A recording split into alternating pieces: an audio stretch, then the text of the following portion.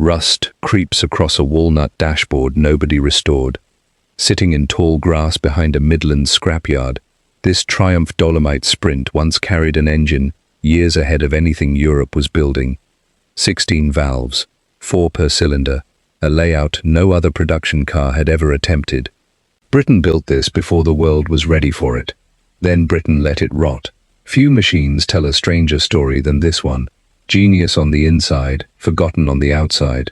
Where are you watching from today? Stick around, because what happened to this car happened to an entire company, and almost nobody remembers why.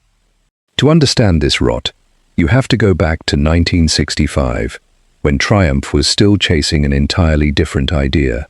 Small, front-wheel drive, and closer to the mainstream than anything the company had built before, the Triumph 1300 was meant to modernize a brand still known for open-top sports cars and stiff-backed saloons. Michelotti penned the shape. Engineers pushed the layout to the front wheels, hoping to match rivals who were already selling that formula by the hundreds of thousands. It didn't work. Sales stayed modest. Costs climbed higher than anyone in Coventry wanted to admit, and the platform proved too complicated to build cheaply at scale. Triumph had gambled on the future of car design and lost the bet on economics instead of engineering, so they reversed course entirely. Rear-wheel drive returned. The Toledo arrived first, stripped down and simplified, built to be cheap where the 1300 had been expensive. Underneath its plainer skin sat the bones of something far more ambitious, waiting for the right engine to justify it. That engine arrived in 1972, and nothing about it was ordinary.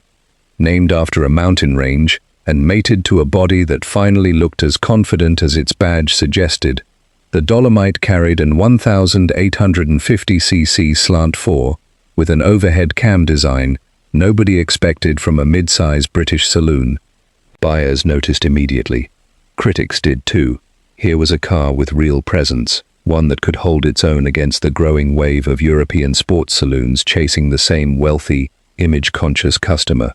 Alfa Romeo had spent a decade building that exact customer's loyalty. Compact, sharp-handling saloons with real performance had become Alfa's calling card across Europe, and Triumph wanted a piece of that reputation. Getting there meant building something with actual teeth, not just badges and stripes. 18 months later, Triumph delivered it. Engineers led by Spen King, working alongside talent borrowed from Jaguar's own engine programs, designed a cylinder head unlike anything else rolling off a British production line. 16 valves, 4 per cylinder, arranged in 2 careful rows, actuated by a single camshaft instead of the double overhead setup everyone assumed you'd need for that kind of complexity. It was audacious, clever, and completely unprecedented in a mass-produced car. Under testing, that engine shocked even the men who built it. King had gone on holiday, expecting the unit to hit its target of 135 horsepower. He came back to find it already producing 150 on the test bed. Nobody at Triumph had built anything this capable before, and few companies anywhere had built a multi-valve engine for ordinary customers rather than racing specials. The result reached showrooms in June 1973, badged simply as the Dolomite Sprint. Alloy wheels came as standard, a first for any British car. 0 to 60 arrived in under 9 seconds, respectable even against dedicated sports cars, while fuel economy stayed close to 30 miles per gallon. Comfort, speed, and everyday usability all lived inside the same small saloon, something almost nobody else in Europe had managed yet. Motoring writers scrambled for comparisons. Some called it the definitive small performance saloon of its era, a machine that finally gave Britain an answer to the sharpest cars crossing the Channel. Practical Classics would later describe it as the template for an entire category of car that followed decades afterward. Inside those cabins sat supple velour seats, TR6-style gauges, and wood trim that made the Sprint feel closer to a luxury product than an economy special. Outside, that engine bay held something most competitors wouldn't dare attempt for years. For a brief, glittering stretch of the 1970s, Triumph had built the future. It had leapfrogged rivals with a decade more racing pedigree, done it on a shoestring budget, and done it inside a company that most people assumed had already peaked. This wasn't just a clever engine bolted into an old body. It was proof that a small British manufacturer, working under real financial pressure, could still outthink Europe's best. None of it should have been possible. All of it was real. But the very forces that made this leap possible were about to turn against it. And what came next had nothing to do with engineering at all. Sales figures told a happy story through 1974 and into 1975. Dealers struggled to keep Sprints on their forecourts, and waiting lists stretched for buyers who wanted the badge with the alloy wheels and the wood-trimmed dash. Triumph finally had a genuine halo car, something that made the rest of the range look aspirational by association. For a company that had spent a decade chasing this exact moment, it felt like vindication. Behind that success, though, the wider picture at British Leyland looked nothing like Triumph. Strikes disrupted production schedules across nearly every factory the conglomerate owned. Industrial disputes ate into build quality, delayed shipments, and left dealers waiting on parts that should have arrived weeks earlier. Money was tight everywhere, and the pressure trickled down into decisions nobody at Canley wanted to make. If you're the kind of person who likes uncovering how brilliant engineering gets buried by corporate chaos, drop a comment and hit subscribe, because this story only gets stranger from here. By 1975, British Leyland's financial position had become impossible to ignore. Losses piled up. Government ministers grew increasingly nervous about an industry employing hundreds of thousands of workers sliding toward collapse. Something had to change, and in January 1975, a committee under Sir Don Ryder was asked to investigate exactly what. The Ryder report landed a year later, and its conclusions reshaped the entire company. Effective nationalization followed almost immediately, with the government taking direct control of a business that had once prided itself on independence.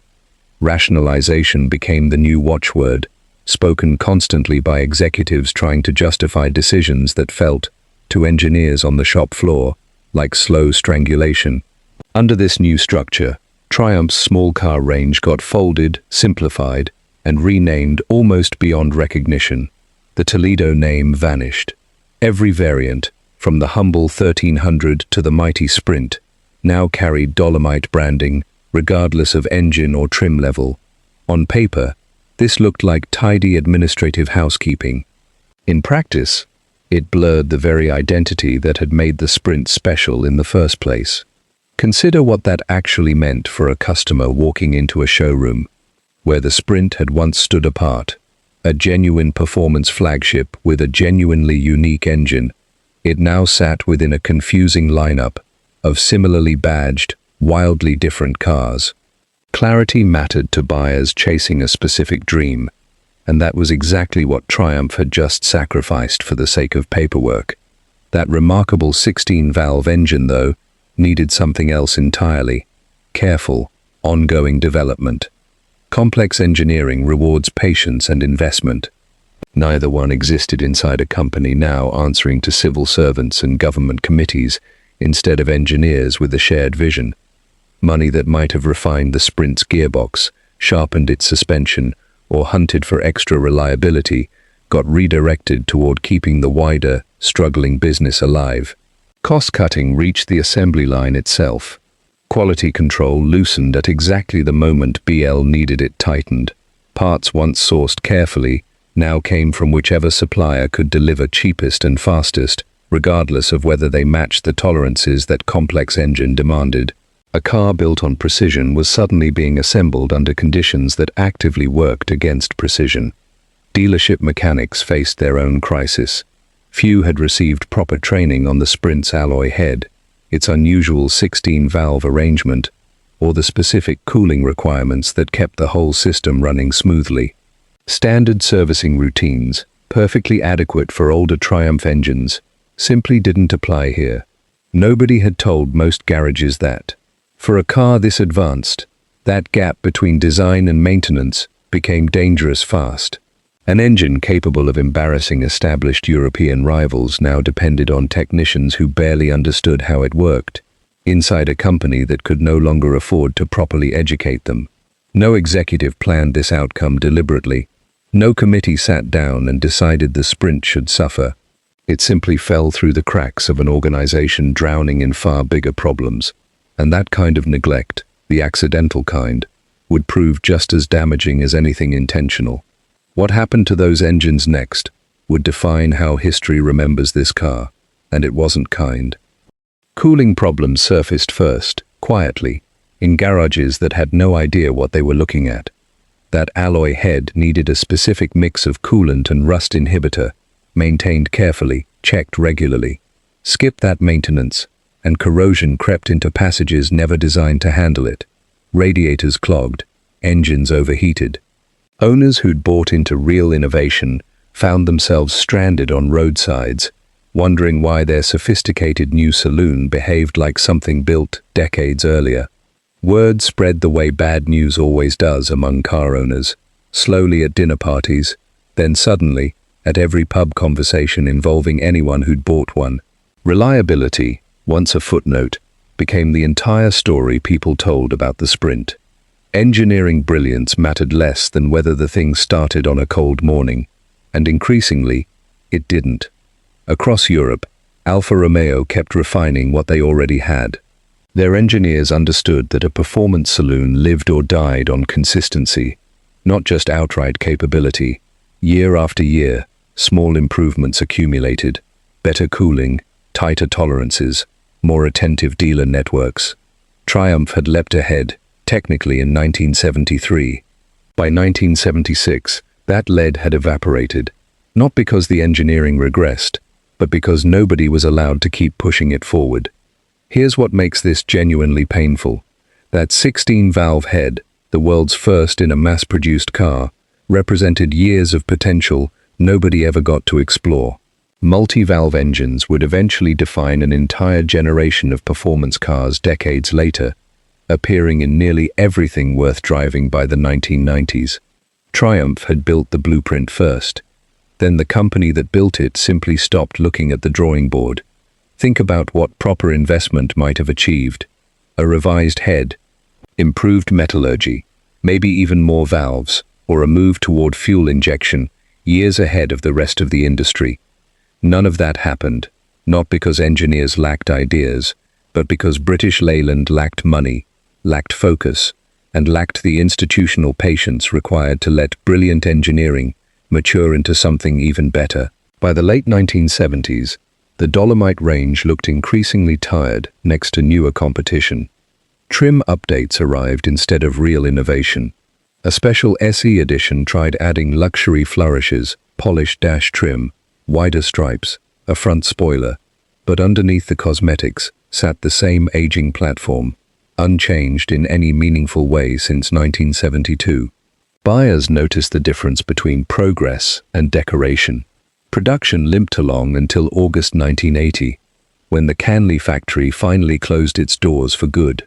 Over 200,000 Toledos and Dolomites had rolled off that line across the model's lifetime, a striking number for a car this ambitious. Yet the ending felt less like retirement and more like an abandonment nobody outside the industry paid much attention to. Triumph itself staggered on for a few more years, building the Acclaim under license from Honda, a competent but utterly conventional saloon, carrying none of the ambition that had defined the Sprint. Gone was the alloy head. Gone was the 16-valve audacity. What remained was a name stretched over someone else's engineering, propping up a badge that used to mean something entirely different. In 1984, that name disappeared too. The Rover 200 replaced the Acclaim, and Triumph Motor Company, a company stretching back to 1885, passed into history without ceremony. No dramatic announcement, no retrospective, just a badge that stopped appearing on new cars, absorbed into a corporate structure that had already forgotten why it mattered. Somewhere in a filing cabinet, engineering drawings for that 16-valve head sat untouched, representing ideas nobody at British Leyland ever revisited. Rivals would eventually reach similar solutions independently, years later, under different names, credited to different companies entirely. The blueprint for the future had been sitting in Coventry the whole time, nobody came back for it. That blueprint still sits there, waiting. Somewhere, another forgotten British engine holds a secret just like this one, buried for decades. Which car deserves the next deep dive? Drop your pick in the comments, then subscribe, because the next hidden masterpiece is already loading.